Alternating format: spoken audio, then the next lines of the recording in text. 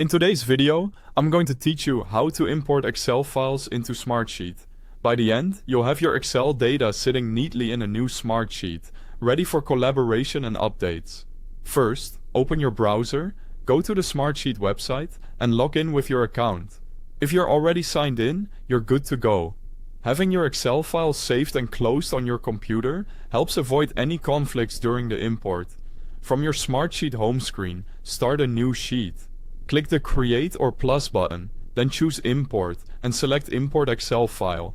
This tells Smartsheet you want to build a new sheet using the data from your spreadsheet rather than starting from a blank grid.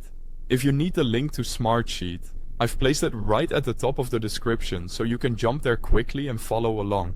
Next, browse your computer to find the Excel file you want to upload. Select it and click Open. Smartsheet supports common Excel formats, so .xlsx files work great. If your file has multiple tabs, make sure you're picking the one that contains the data you actually want in Smartsheet. Smartsheet will show a preview of your Excel data before anything is finalized. Take a moment here to confirm that columns and rows look correct. Ideally, your first row should be your column headers so Smartsheet can use those as column names. Watch out for things like merge cells or extra blank rows, which can shift data unexpectedly.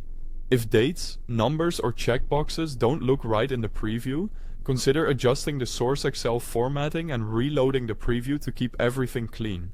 When everything looks good, click Import or OK to finish. Smartsheet will create a brand new sheet using your Excel data, and you'll land right inside it. Give it a quick scan to confirm that the content matches what you saw in the preview. From here, feel free to adjust your sheet to make it easier to work with. Rename columns to be clearer, change column types where needed, and apply filters to focus on the most important rows. You can tweak formatting, freeze the header row for easy scrolling, and add conditional formatting to highlight key values. Once you're happy with the layout, start collaborating.